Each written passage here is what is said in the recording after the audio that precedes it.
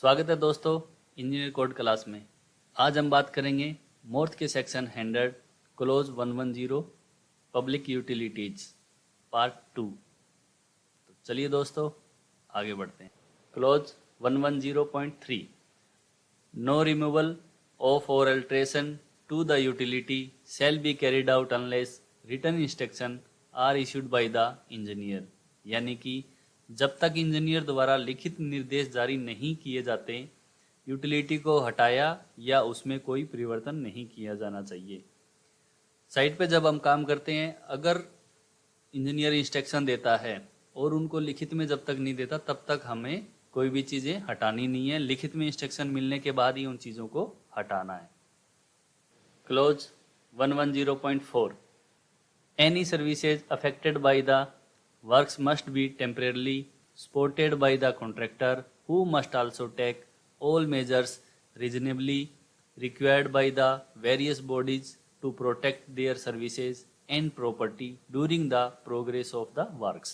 यानी कि कार्य से प्रभावित किसी भी सेवा को ठेकेदार द्वारा अस्थायी रूप से समर्थित किया जाना चाहिए। यानी कि जब हम कोई काम करते हैं, अगर कोई यूटिलिटी बीच में आई तो उसको एक बार अस्थायी रूप से उसको चालू करना है तथा कार्य की प्रगति के दौरान अपनी सेवाओं और संपत्ति की सुरक्षा के लिए विभिन्न निकाय द्वारा यथोचित रूप से अपेक्षित सभी उपाय भी ठेकेदार को करने होंगे। यानी कि जो प्रॉपर्टी है, जो यूटिलिटी अपने अंडर कंस्ट्रक्शन वर्क में आई है, उनको हटाना है या काम करने के दौरान उनको डैमेज नहीं होने देना है। इस तरीके की सुरक्षा बनाए रखनी है और ठेकेदार को जो डिपार्टमेंट अदर डिपार्टमेंट है उनसे कम्युनिकेशन बनाए रखना है। तो दोस्तों हमारा क्लोज 110.5 क्या कहता है, चलिए देखते हैं। The contractor must be required to carry out certain works for and on behalf of various bodies which he shall provide with the prior approval of the engineer। यानी कि ठेकेदार को विभिन्न निकायों के लिए तथा उनकी ओर से कुछ कार्य करने की आवश्यकता हो सकती है जिसे वह इंजीनियर के पूर्व अप्रूवल से पूरा करेगा। कई बार क्या होता है, जब हम वर्क करते हैं, अगर अपनी कोई यूटिलिटी डैमेज हो गई, जो अपनी यूटिलिटी डिस्टर्ब हुई है, उससे रिलेटेड कई बार क्या होता है उसमें चेंजेस करता है कुछ, यानी कि उसको रिप्लेस करना या रीलोकेशन करना, इस तरीके के चेंजेस होते हैं। तो वो सब चीज़ें इंजीनियर के अप्रूवल के बाद करनी होगी। तो दोस्तों clause 110.6 the work of temporarily supporting and protecting the public utility services during execution of the work shall be deemed to be part of the contract and no extra payment shall be made for the same. यानी कि कार्यों के निष्पादन के दौरान सार्वजनिक उपयोगिता सेवाओं को अस्थायी रूप से समर्थन और संरक्षण प्रदान करने का कार्य अनुबंध का हिस्सा माना जाएगा और इसके लिए कोई भी अतिरिक्त भुगतान नहीं किया जाएगा।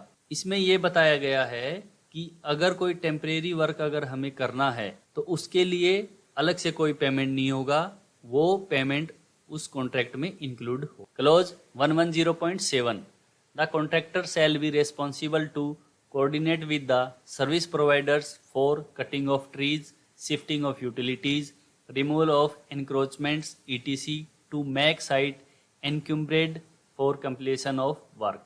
यानी कि ठेकेदार को कार्य पूरा करने के लिए, साइट को बाधा मुक्त बनाने के लिए, पेड़ों को काटने, यूटिलिटी को स्थानांतरित करने, अतिक्रमण हटाने आदि के लिए सर्विस प्रोवाइडर के साथ समन्वय करने की जिम्मेदारी होगी। जो भी काम हम करेंगे ताकि साइट पर हमें कोई बाधा नहीं आए, जैसे पेड़ काटने का काम है, यूटिलिटी शिफ्टिंग का काम है, अतिक्रमण हटाने का काम है, और वो जो काम कर रहा है, जो भी सर्विस प्रोवाइडर है, जो कॉन्ट्रैक्टर है, सब कॉन्ट्रैक्टर है, वो जिस कार्य को कर रहा है उनके साथ कम्युनिकेशन को बनाए रखना है और ये सब चीज़ों की रेस्पॉन्सिबिलिटी ठेकेदार की होगी कि जो भी काम हो रहा है उनको अच्छे से करवाया जाए। This will include frequent follow up meetings.